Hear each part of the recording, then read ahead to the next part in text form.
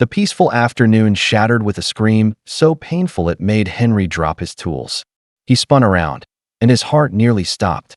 His loyal German shepherd, Max, was rolling in the dirt, his body engulfed in a black, buzzing cloud of bees. The air vibrated with chaos. Henry ran forward, shouting, "Max, hold on." But the swarm turned on him, stinging his arms, forcing him back. Max's cries grew weaker, his paws thrashing desperately. Just when Henry thought he was watching his best friend die, a small figure appeared at the fence, a little girl clutching a bucket of water. "I'm coming," she yelled, sprinting toward the swarm. What she did next would leave the entire town speechless. The countryside was calm that afternoon, the golden fields swaying gently under the sun.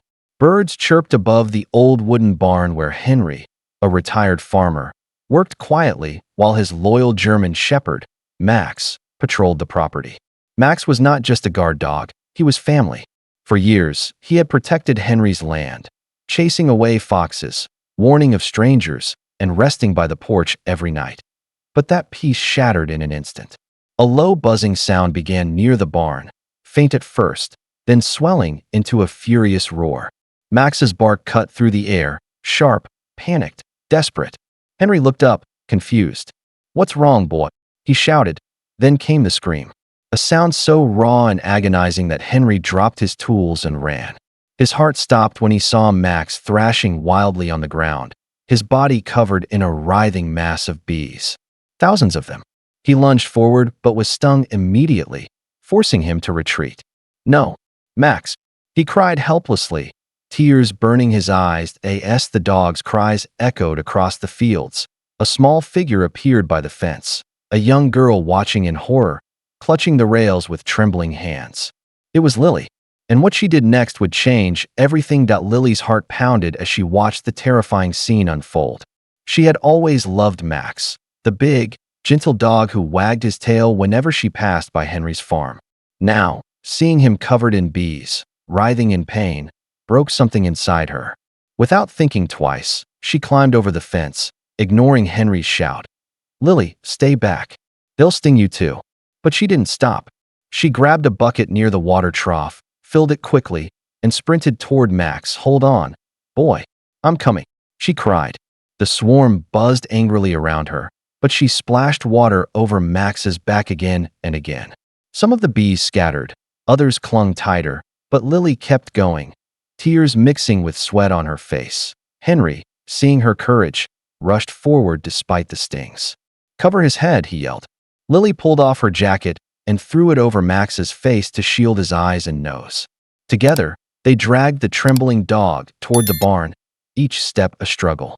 When they finally slammed the door shut, the sound of furious buzzing filled the air outside. Inside, Max lay motionless, his body twitching.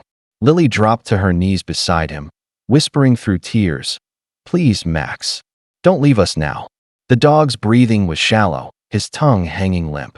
Lily stood beside him, crying softly. "We can't lose him," she whispered. Without a word, Henry scooped Max into his arms and ran to his old pickup truck.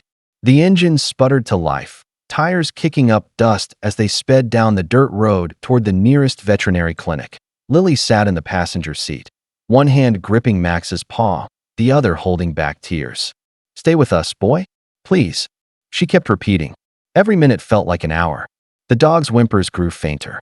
Henry's vision blurred, his jaw tight. "Come on, hang in there, buddy," he muttered, voice breaking. When they reached the clinic, the door flew open. Dr. Harris rushed out, her face pale at the sight. "Get him inside now," she ordered. Her team moved quickly, laying Max on a stainless steel table. "He's going into shock," a nurse warned. "We're losing him." Dr. Harris injected medication, then grabbed the oxygen mask. "Come on, boy. Breathe," she murmured. The room fell silent except for the steady beep of the heart monitor, until it stopped. Dr. Harris clenched her jaw. "Clear," she shouted, pressing the defibrillator against Max's chest. A jolt surged through his body. Once, twice, then a sound pierced the silence. Beep, beep, beep. He was alive. But just barely. By evening, word of Max's attack had spread through the small town like wildfire. The clinic's waiting room filled with worried neighbors, farmers, and children holding flowers and blankets. Henry sat silently in the corner, his face buried in his hands. Beside him, Lily refused to move from the examination window, watching every flicker of light from the operating room. Dr. Harris worked tirelessly with her team, her gloves smeared with ointment and antiseptic. "We've removed hundreds of stingers," she said quietly, "but the venom's still attacking his system." Henry's voice cracked. "Just do whatever it takes." Outside, the townspeople gathered under the fading sun, whispering prayers. The local beekeeper, Mr. Doyle, arrived carrying a crate and an old smoker. "I found the hive that attacked him," he said gently. "Something disturbed them. They were defending their home." He examined a stinger under a lens and sighed. It wasn't their fault. But this poor dog paid the price. Back inside, Lily sat by Max's side as his chest rose and fell weakly. She leaned close and whispered, "You're the bravest dog I've ever known."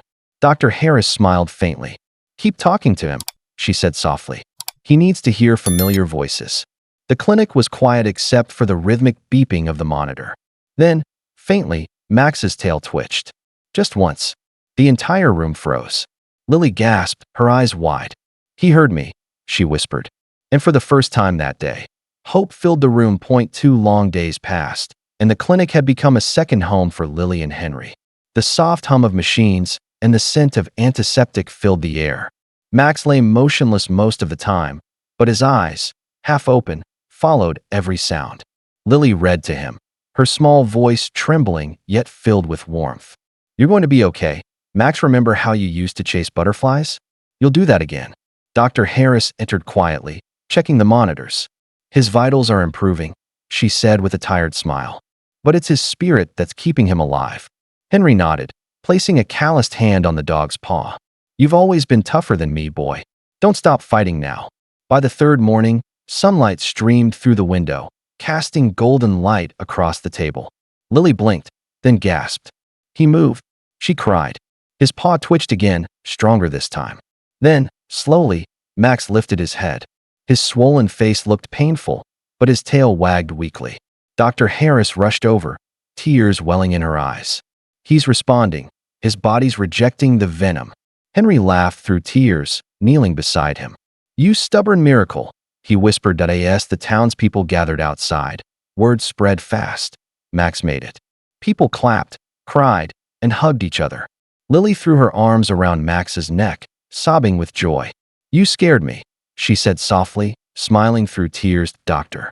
Harris wiped her eyes. "He's not just a survivor," she whispered.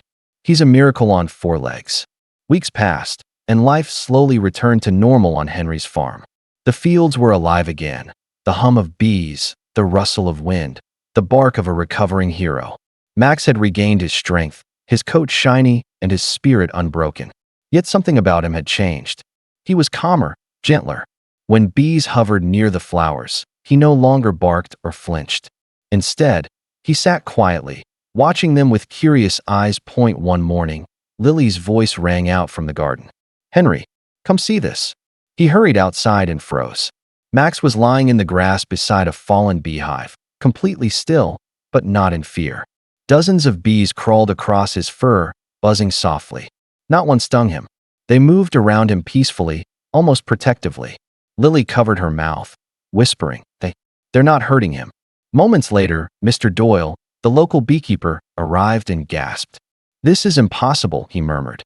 "They remember him. He saved them when the hive fell during the attack. They must sense it." News spread again, and people came from miles away to see the sight. A dog and bees living in harmony.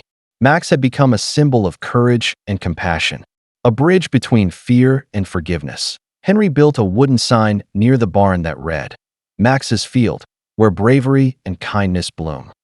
Every morning, Lily would sit beside him, reading stories while bees buzzed gently in the sunlight. Dr. Harris visited one afternoon and smiled at the peaceful scene. "He wasn't just meant to survive," she said softly. "He was meant to teach us." As the camera pans out, Max rests beneath the golden sun, bees circling above him like a halo.